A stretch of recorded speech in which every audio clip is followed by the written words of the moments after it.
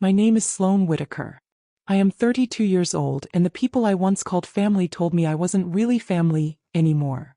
Then showed up one day with a moving truck ready to take over the house I built with my own hands. I never thought betrayal would sound like laughter echoing down a phone line. But when I lost my job 5 years ago and called my sister Brittany for help, all she said was, "Sorry, Sloane. Mom and Dad don't want extra mouths at home. Maybe figure it out yourself." Then I heard her chuckle as she hung up. That night, I ate ramen noodles alone in a damp studio apartment while the sound of my neighbor's TV bled through thin walls. I could still smell the mildew on my mattress from when I had dragged it off the curb. If you're watching this, drop a comment, hit like and subscribe, because silence in moments like that cuts deeper than cruelty. I remember my brother Evan, a self-proclaimed entrepreneur, bragging about his businesses that were just failed crypto schemes. Mom would still beam at him at the dinner table like he was some kind of genius. Meanwhile, when I brought up trying to get into a job training program, Dad rolled his eyes and muttered, "Waste of time." And my younger sister Brittany, perfect hair, perfect nails, lived at home rent-free, streaming herself doing makeup tutorials. My parents paid her car note, paid her credit cards. Yet when I showed up once, desperate and shaking, I overheard Brittany telling Mom in the kitchen, "She's dead weight. Don't let her back in." The only one who ever picked up the phone for me was Aunt Ruth. She lived in a trailer on the outskirts of town, surviving on disability checks. She didn't have much, but she gave me what mattered, her kindness. She'd leave the porch light on, fry up scrambled eggs, and tell me, "You'll rise again, baby girl. You've got grit they'll never have." Her words burned into me. They kept me alive when I worked double shifts, saving every dollar until I finally bought this little two-story in Portland. Not much, but mine. My safe place. My proof that I wasn't dead weight. For 5 years I built my life in silence. I didn't attend family gatherings. Didn't return calls. But I watched from a distance, through social media, through whispers from Ruth. My family was crumbling financially. Dad retired early, burned through savings. Evan's ventures failed. Brittany's influencer gigs dried up. So when I heard the low rumble of a moving truck pulling into my driveway that afternoon, my stomach clenched. I looked out the window, coffee mug trembling in my hand, and saw them. Brittany stepping out in oversized sunglasses, Evan dragging a suitcase, and Dad pointing toward my front door like he owned the place. I froze. For a second, it felt like I was 27 again. Jobless, rejected, told I wasn't worth a bed in their house. The smell of mildew filled my mind, the sound of Brittany's laugh echoing in my ears. Then I saw something worse. Evan bent down, lifted the rock by my front steps, and pulled out the spare key I used for deliveries. My breath caught in my throat. How the hell did they know? I whispered, backing away from the window. The sound of boots on my porch. The metallic scrape of the key sliding into the lock. I grabbed my phone, fingers shaking, and dialed 3 simple numbers. 911. The dispatcher answered. I whispered, "Someone's trying to break into my house." And then I heard it. The doorknob began to turn. The metallic click of the lock sliding open nearly stopped my heart. My phone pressed tight against my ear. I whispered to the dispatcher, "They're inside." But when the door swung open, it wasn't strangers. It was them, my family. Dad strode in first, his chin lifted like he was marching into his own property. Brittany followed, sunglasses still on even though she was indoors, dragging a pink suitcase across my hardwood. Evan whistled low, scanning the living room with greedy eyes. "Not bad, Sloane," he said, dropping his bag by the couch. "Better than I thought you'd manage." I tightened my grip on the phone. "This is my house. You can't just walk in." Brittany scoffed, tugging her shades down. "Relax. We're family.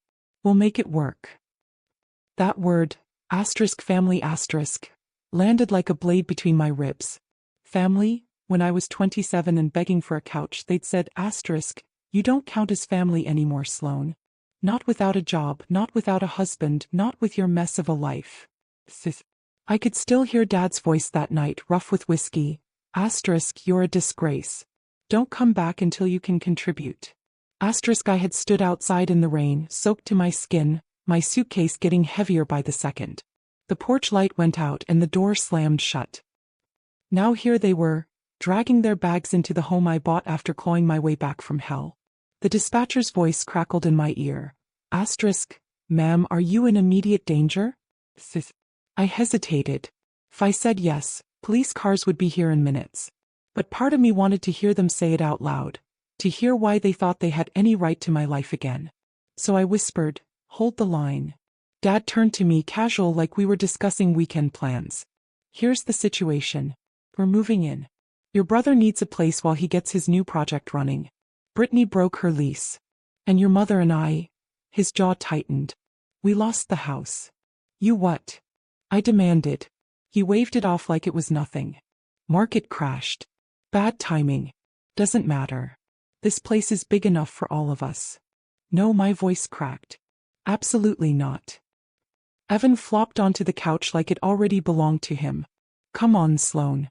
You don't even have a family. No husband. No kids. What do you need all this space for? The words hit harder than I expected. No family. That was the same poison they'd used to exile me 5 years ago. Like my worth was measured by a ring on my finger or children I hadn't had. I clenched my jaw so tight my teeth ached. I built this house, I whispered. Every wall, every nail, every dollar came from me. You think you can just take it? Brittany rolled her eyes, already pulling out her phone. You're being dramatic. Think of it as balance. You had your time alone, now we're all together again. It's cute. Like a sitcom. The dispatcher's voice came again, steady, professional. Asterisk, ma'am, are you in danger? Do you want officers dispatched? Sis. I opened my mouth, but Dad stepped closer, his face shadowed. Don't do this, Sloane. Don't be selfish. We're staying. That's final. Something in me snapped. For years I had carried their rejection like a stone in my chest. But as I looked at their bags littering my floor, their smug faces daring me to fight back, I felt that stone crack open. Cold fury poured out. I raised the phone to my lips. Yes, I told the dispatcher. Send the police. That's when Dad's hand shot out and yanked the phone from mine. Dad's grip was iron, his knuckles white as he snatched the phone from my hand. He slammed it against the coffee table, cutting the call short. The dispatcher's voice died mid-sentence. What the hell is wrong with you? I shouted, lunging toward the phone. But he stood over it, blocking me with the same looming presence he'd used all my childhood. The shadow that made me shrink. Stay quiet, obey. You don't call cops on your family, he barked.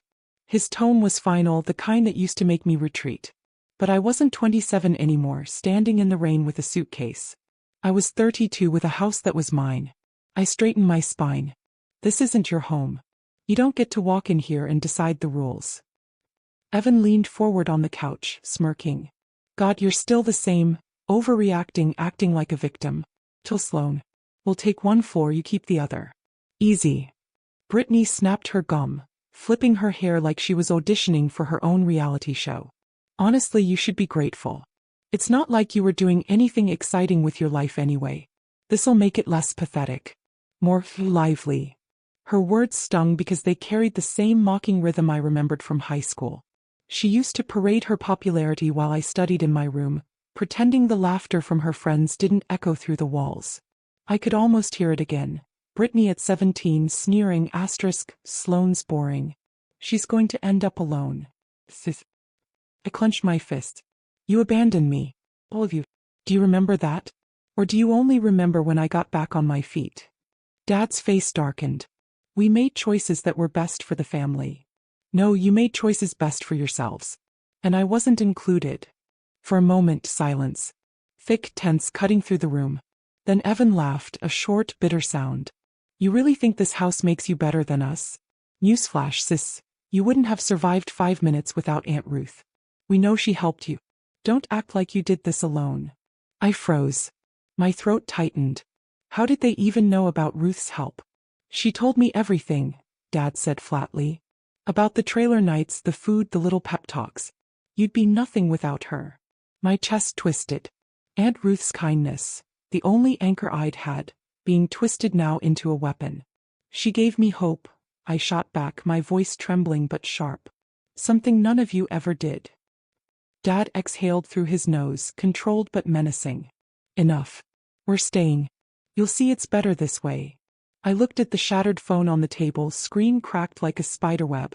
My only direct line to help, gone. But then my eyes darted to the corner shelf where my spare cell sat charging. I kept it for emergencies, never told anyone. And in that moment something inside me shifted.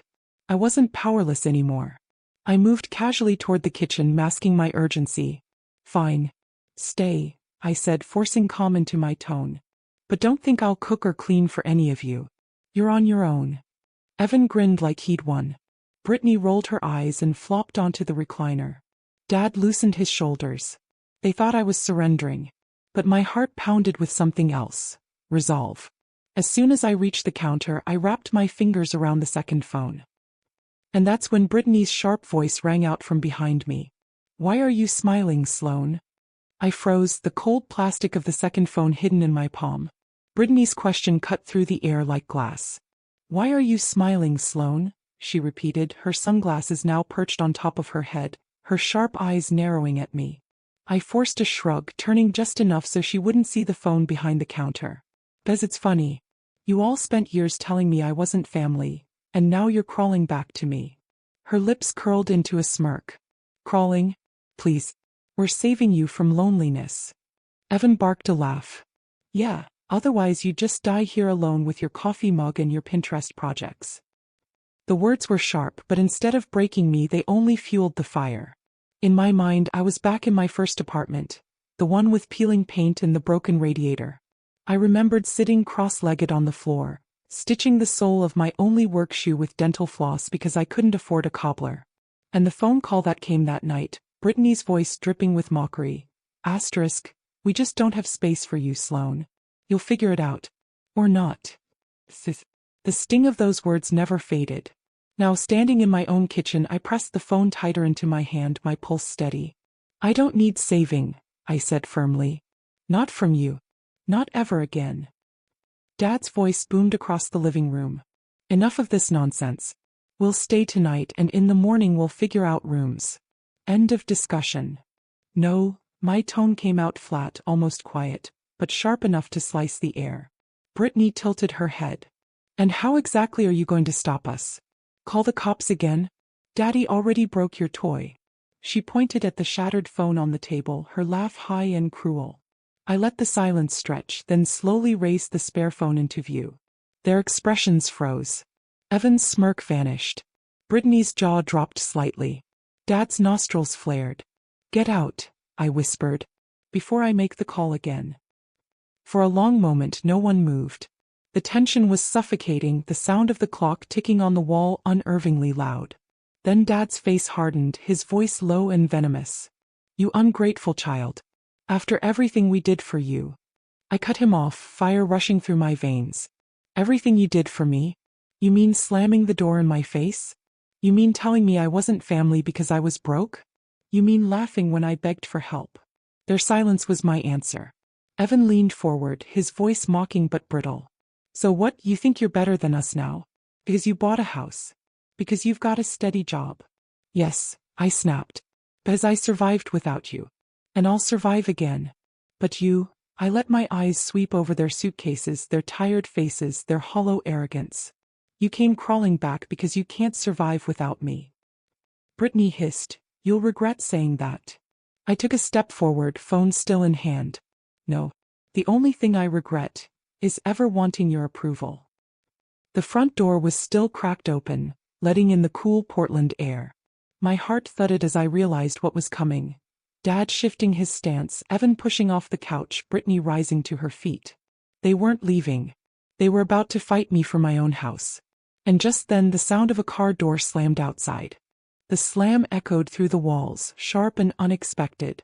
My family froze, their heads whipping toward the window. Tires crunched over gravel and voices carried from the driveway. For a split second, hope surged in me. Maybe the dispatcher had traced the cut call and sent help anyway. Maybe blue and red lights would wash over my living room and this nightmare would end. But when I peeked through the blinds, my heart dropped. It wasn't the police. It was Aunt Ruth. Her old Chevy pickup sagged under the weight of boxes strapped in the back. She stepped out slowly, her thin frame wrapped in that same faded cardigan she always wore, her hair pinned back with a crooked bobby pin. I opened the door before Dad could say a word. Ruth. My voice cracked. What are you doing here? She gave me a tired smile, though her eyes flickered with unease. Sweetheart, they called me. Said you'd understand. Behind me, Dad's shadow stretched across the floor. She'll tell you it's the right thing, Sloane. Family stays together. I turned on him, rage bubbling. You dragged her into this? She's the only one who's ever helped me, and you're using her now. Ruth lifted her hands gently. Please don't fight. Times are hard. Maybe you all can figure something out. Her voice wavered, and it cut deeper than anything Evan or Brittany could have said. Ruth, the only one who'd ever seen me as worth saving, was here asking me to bend, to compromise. I flashed back to her trailer, the smell of bacon grease and old coffee. I remembered her setting a chipped plate in front of me, whispering, "Don't let them kill your spirit, baby girl. Don't let them." And here she was, standing in my doorway, asking me to give in to the same people who had nearly broken me. Brittany breezed past me, hugging Ruth dramatically. Auntie. Finally someone with sense. Evan followed, grabbing one of Ruth's boxes from the truck bed as if he already owned it. I stood frozen, nails digging into my palm. Ruth, please. Don't take their side.